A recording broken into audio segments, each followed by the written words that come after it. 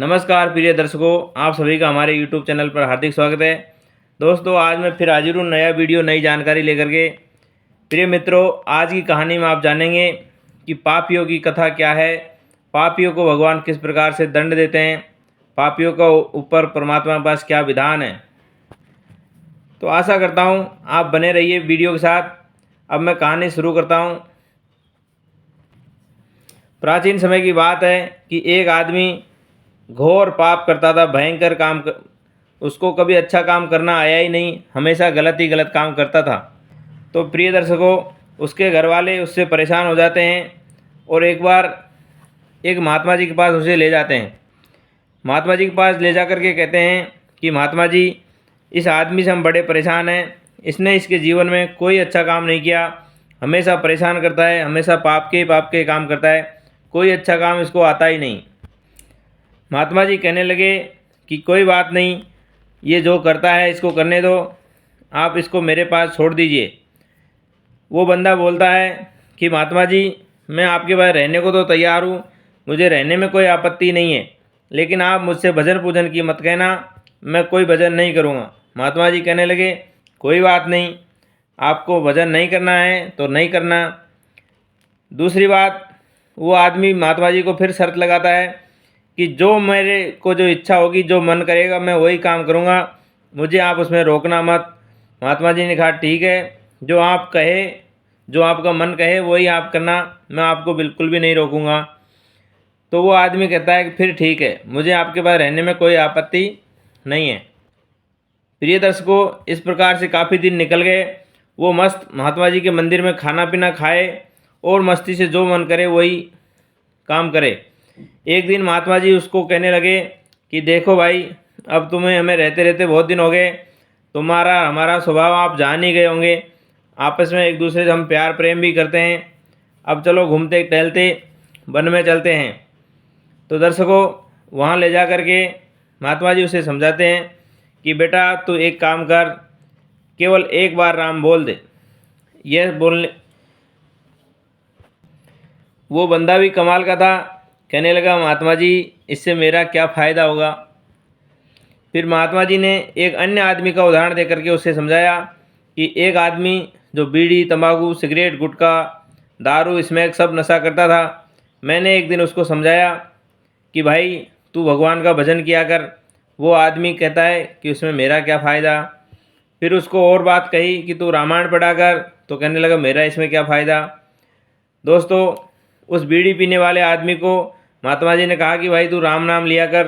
तो महात्मा जी कहने लगे भाई तेरी समझ में नहीं आएगा, इसको समझाने का मतलब है कि रेत से तेल निकालना। अब महात्मा जी ने एक उपाय सोचा कि भाई कैसे इस आदमी को समझाया जाए। फिर उस आदमी को उसी की भाषा में समझाने लगा। कहने लगे कि भाई तू बीड़ी पीता है? कि हाँ महाराज पीता हूँ। बताओ बीड़ी पीने से क्या फ़ायदा। फिर कहने लगे तुम तंबाकू खाते हो? कि हाँ खाता हूँ। बताओ तंबाकू खाने से क्या फ़ायदा। फिर कहने लगा शराब पीते हो? कि हाँ महाराज पीता हूँ। तो भाई शराब पीने से क्या फ़ायदा।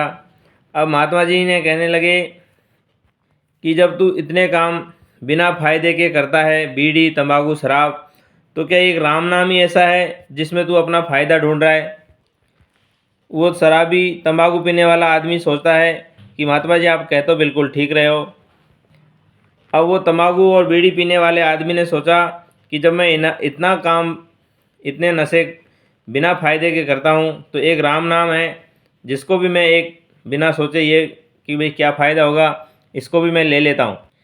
प्रिय दर्शकों, ये किस्सा जब वो महात्मा जी का जो चेला बना फिरता था उसको सुनाया, तो कहने लगा बात तो आपकी ठीक है महात्मा जी, अब मैं भी एक बार राम नाम ले ही लेता हूँ, लेकिन एक बार से ज़्यादा नहीं लूँगा। महात्मा जी ने कहा कि तू भाई एक बार ही ले, लेकिन ले तो सही। उसने बोला राम। महात्मा जी कहने लगे बन गया काम। महात्मा जी ने उस आदमी को एक वार्निंग दिया कि बेटा ऐसा है, अब तू ये जो राम नाम है इसके बदले में कभी भी किसी से कुछ मांगना मत कि मैंने जीवन में एक बार राम नाम लिया है। आपसे कोई पूछे तो कह देना कि जो नाम के बदले में मिलता हो वो मुझे दे दो, बाकी मुझे कुछ नहीं चाहिए। प्रिय दर्शकों, अब महात्मा जी का उद्देश्य उस आदमी को जो सफल करना था वो हो गया। अब आदमी को लेकर के उसी के घर आ जाते हैं और कहने लगे, मैंने जो इसको समझाना था, जो शिक्षा दीक्षा करनी थी, वो मैंने कर दिया। अब इसको आप अपने घर रखिए और जो मर्जी आए वो इसको करने दीजिए। तो प्रिय दर्शकों, वो आदमी ने केवल जीवन में एक ही बार राम नाम लिया था, बाकी पूरा मस्ती से, पूरा मन से उसने जो करना था वो किया, पाप काम किया, गलत काम किया।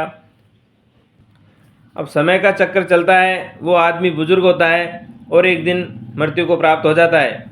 अब दोस्तों, यमराज के जो दूत होते हैं, यमदूत, उसे लेने के लिए आते हैं। उसकी आत्मा को ले जा करके यमराज के पास पेश करते हैं और उसका हिसाब किताब वहाँ लगाया जाता है। कहने लगे, महाराज, इसने जीवन में केवल एक ही बार राम नाम लिया है और बाकी सारे इसके पाप ही पाप हैं, कोई पुण्य का काम नहीं है।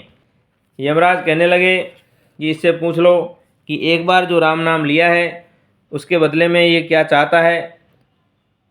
तो कहने लगे, महाराज, तुमको इस राम नाम के बदले में क्या चाहिए? बाकी तो सारे तुम्हारे कुकर्म हैं, पाप कर्म हैं। तो वो आदमी कहने लगा कि मुझे कुछ नहीं चाहिए, जो नाम के बदले में मिलता है वो मुझे दे दीजिए। अब दोस्तों, यमराज के पास कहते हैं कि गलत कामों का हिसाब तो रहता है कि इसकी ये सज़ा है, इसकी ये सज़ा है, लेकिन अच्छे कामों का कोई सज़ा यमराज को नहीं मालूम, क्योंकि वो उसका डिपार्टमेंट है ही नहीं।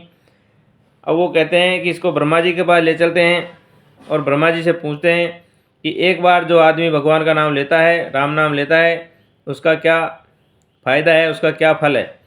दोस्तों, ब्रह्मा जी के पास चले जाते हैं तो ब्रह्मा जी कहते हैं कि देख भाई, मैं तो वेद मंत्रों का उच्चारण करता हूँ और इनकी रचना करता हूँ, लेकिन जो फ़ायदा है, नुकसान है, वो मुझे नहीं मालूम। आप एक काम करो, भगवान शंकर के पास ले जाओ। भगवान शंकर दिन रात राम नाम लेते हैं, भगवान का भजन करते हैं। अब यमराज और यमदूत उस आत्मा को ले जा करके, उस पापी आत्मा को ले जा करके भगवान शंकर के पास पहुंचते हैं और भगवान शंकर से कहते हैं कि भगवान, आप दिन रात भगवान का नाम लेते हैं, अब आप बताइए कि इस दुरात्मा ने, इस पापी आत्मा ने जीवन में एक बार भगवान का नाम लिया है, राम नाम, उसका क्या फ़ायदा है। यमदूत भगवान शंकर से कहते हैं कि तुम पुनि राम राम दिन राति, अर्थात तुम पुनः पुनः, अर्थात बार बार भगवान का राम नाम दिन रात रटते हो, तो इस आदमी ने जीवन में एक बार राम नाम लिया है, इसका क्या फल प्रदान होता है, उसका बताइए। भगवान शंकर कहने लगे कि यमराज, मैं दिन रात नाम तो लेता हूँ, लेकिन इसका फल क्या है या एक बार लेने का क्या फल है, ये मुझे नहीं मालूम। ये जिसका नाम है उसी के पास चले जाओ, इसने भगवान राम का नाम लिया है तो इसको भगवान राम के पास ही ले जाओ। तो प्रिय दर्शकों, यमराज यमदूतों के साथ उस आत्मा को भगवान राम के पास ले जाते हैं और उन महाराज को प्रणाम करके कहते हैं, भगवान, इस आदमी ने जीवन में एक बार आपका नाम लिया है, तो बताइए कि इसका क्या फल है, इसको क्या फल प्रदान किया जाए। भगवान श्री राम कहते हैं कि नाम तो मेरा ही है, लेकिन इसका क्या फल मिलता है, राम नाम लेने का क्या फल मिलता है, ये मुझे भी नहीं मालूम।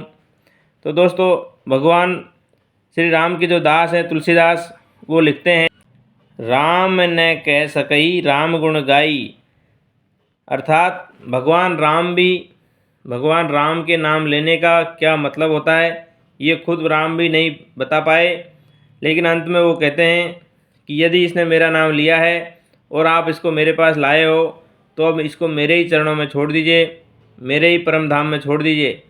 तो प्रिय दर्शकों, ये एक किस्सा आप इसको जैसे भी अर्थ में लीजिए, लेकिन आप समझ सकते हैं कि जिस आदमी ने जीवन में एक बार भगवान का राम का नाम लिया हो, उसको भगवान के चरणों की सेवा प्रदान हो गई, भगवान राम का धाम प्रदान हो गया।